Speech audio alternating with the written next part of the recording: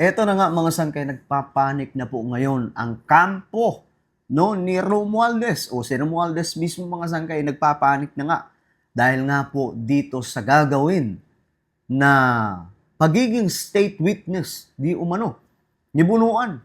Dahil itong si Bunuan mga sangkay, ang gagawin, ilalaglag ang mga sekreto daw ni Romualdez.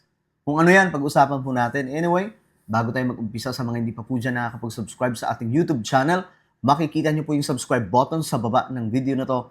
I-click nyo lamang po yung subscribe, i-click ang bell, at i-click nyo po yung all. Sa mga nanonood po sa Facebook, i-follow nyo po yung ating Facebook page. Okay. Eto na nga. Panic po, nagpapanik itong si Romualdez ngayon mga sangkay dahil nga po mukhang ilalaglag na no, ng ating presidente na si PBBM. At ilalaglag na mga sangkay ng ombudsman. Siyempre, mga sangkay, hindi naman po gagalaw ang ombudsman nang wala pong kalabit ni PBBM. O, tingnan po natin ang balita. Iginiit ang kampo ni dating House Speaker Martin Romualdez na walang investigasyon na nagsasabing sangkot siya sa flood control scandal. Walang investigasyon. Meron. Di ba nga, tinuro din po siya ng mga dating bodyguard ni Zaldico.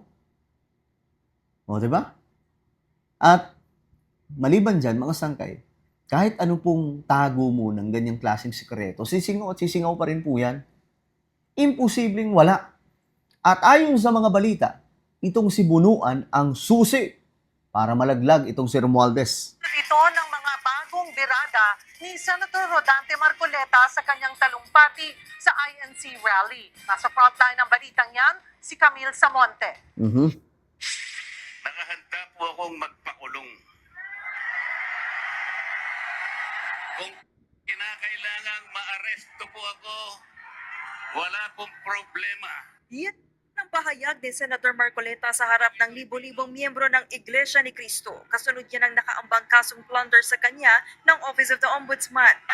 Ginawa po nilang politika ang lahat ng ito. Naglulupit ng mga chismis. Ngunit walang ebidensya. Sabi ng senador, arestuhin na raw siya ng mga otoridad kung ito ang kapalit ng pagsisiwalat niya umano ng katiwalian.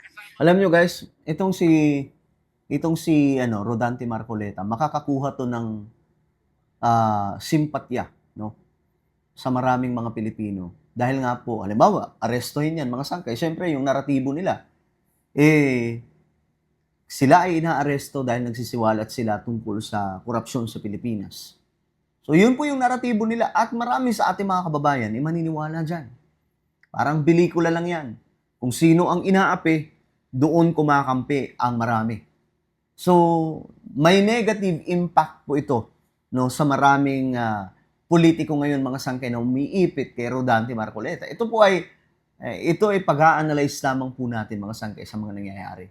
Pero ayun na nga po, ito po ang tirada niya mga sangkay ngayon. Sagot naman dyan ng ombudsman, Hindi naman kami ang mag-aaresto nun.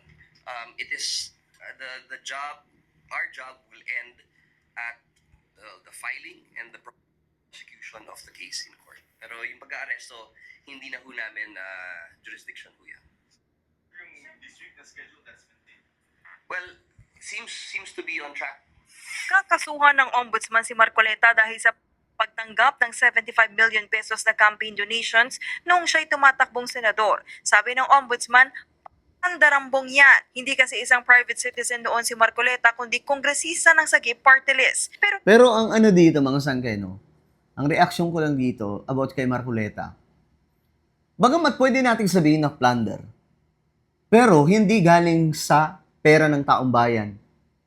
Yung perang hindi diniklara na campaign donation ng eleksyon. Kumbaga, yun yung, let's say, plunder. Kasi pinagpipilitan plunder, mga sanggay. Pero hindi po siya yung tipong pera na katulad sa galing sa flood control. That we all know kung saan po galing. Galing po mismo sa kaban ng bayan. Ito kahit ipagdiinan pa, okay, plunder. Pero hindi po siya nagnakaw. Ito, may own reaction yan, mga sangkay. Sasabihin na naman ng mga pulpul dyan, DDS na naman ako. Nakanto ko. Gusto kasi nila pare-parehas kami ng opinion eh. Yan yung opinion ko eh. 'Di ba? Ano magagawa ninyo? Opinion ko yan. Gusto nila, ang gusto nilang mangyari kung ano yung opinion ng iba, yun din dapat yung sa akin. Hindi eh. Hindi po pwede yun. Pro-government ako, pero hindi po ako bulag. No? Hindi po ako yung tipong kung anong sabihin ng kabila, ng katropa o kakampi, yun din ang sasabihin ko. Hindi. May sarili po tayong YouTube channel, may sarili po tayong platform para magsalita na hindi kapareha sa kung anong sinasabi ng iba. Ito yung opinion ko eh.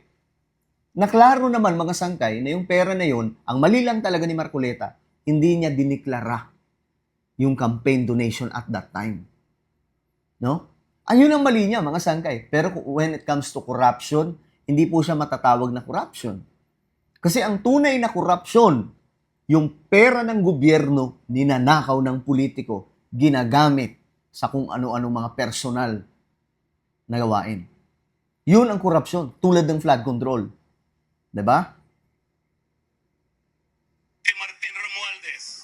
Pero giit ng abogado ni Romualdez, walang anumang investigasyon ang nakapagpakita ng kaugnayan ng kongresista sa maanumalyang infrastructure projects. Wala raw Ayan na. Ito na, todo paliwanag na po mga sangkay. Kasi nga po, itong si Bunuan, ang bali-balita, kaya magiging state witness dahil ituturo daw si Romualdez. Ito daw po talaga yung pinakasusi mga sangkay. inumang opisyal ng DPWH ang tumukoy kay Romualdez bilang sangkot sa anomalya. Mhm. Representative Romualdez is being portrayed as the convenient excuse and political scapegoat sa paghahanap ng hustisya. Hindi pwedeng mauna ang akusasyon Mhm.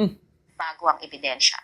Ito talaga yung pinagdidiinan nila mga sangkay. No? May mga nakikita akong ganito, pare-parehas po ng post ng mga influencer na sinasabi na ebidensya ang kailangan. Guys, marami pong mga siraulo, mga kurap at ang hindi po nakukunan ng ebidensya na magagaling magtago. Let's say walang ebidensya. Pero yung common sense mga sangkay na dahilan kung bakit ganun ang nangyayari sa mga proyekto, kumbaga tayo mga Pilipino, hindi naman po ganun katanga mga sangkay para hindi tukuyin kung sino ang mastermind. Alangan naman sabihin natin si PBBM. Ako mga sangkay, naniniwala ako na hindi po talaga si PBBM. No, hindi nyo ako makukumbinsi dyan na hindi si PBBM talaga ang dyan, promotor. Di ba, kinanta nga po yan ni Tiangco eh. Sabi ni Tiangco, pinagalitan pa nga daw sila Romualdez ni PBBM eh. Mambihira. Tas, ang ebidensya ang nagtuturo kung sino ang mananagot. Wala pang bagong sagot dyan si Marcoleta. Pero sabi ng ombudsman, Expected na ganun ang maging response nila. Like, we are concerned about here at the office is the Mhm. evidence that we have on the respondents, and that's the only thing that will drive us here or there. Mhm. samantala, plano raw gamitin ng ombudsman ang affidavit ng 8 sa 18 dating bagman umano ni Zaldico para sa pagsasampa ng kaso kay Romualdez. Nako, yari si Romualdez dito. O, yung mga tagahimod. Nako, yari si Bossing. Tunayan, tapos na ang draft ng affidavit pero wala pa itong pirma ng bagman. Bagay na nagpapaantala umano sa pagsasampa ng kaso. Mhm. We are looking at the individual statements and we look at their consistency. Of course, the investigators have been able to study siguro the body language, the demeanor of the affiants, and they are of the opinion that we can use it. Ang abogado naman ng bagman na si Atty. Levito Baligod humingi raw ng extension para masuri ang affidavit. Mhm. It's a mere scrap of paper as of right now kasi hindi siya pirmado and it's not under oath. Walo lang sa 18 bagmen ang kinuha ng affidavit dahil wala pa raw personal na kaalaman sa umano'y cash delivery scheme ang iba sa kanila. Sa ngayon, tinitignan pa raw ng ombudsman kung magagamit din ba ang affidavit ng 8 para sa pagsasampa ng kaso sa iba pang dawit sa katiwalian. Nagbabalita Okay, so tayo mga sangkay, ang hiling din po natin, hindi lang din si Romualdez, kundi pati po yung mga kongresista na iba dyan na involved sa kalokohang ito.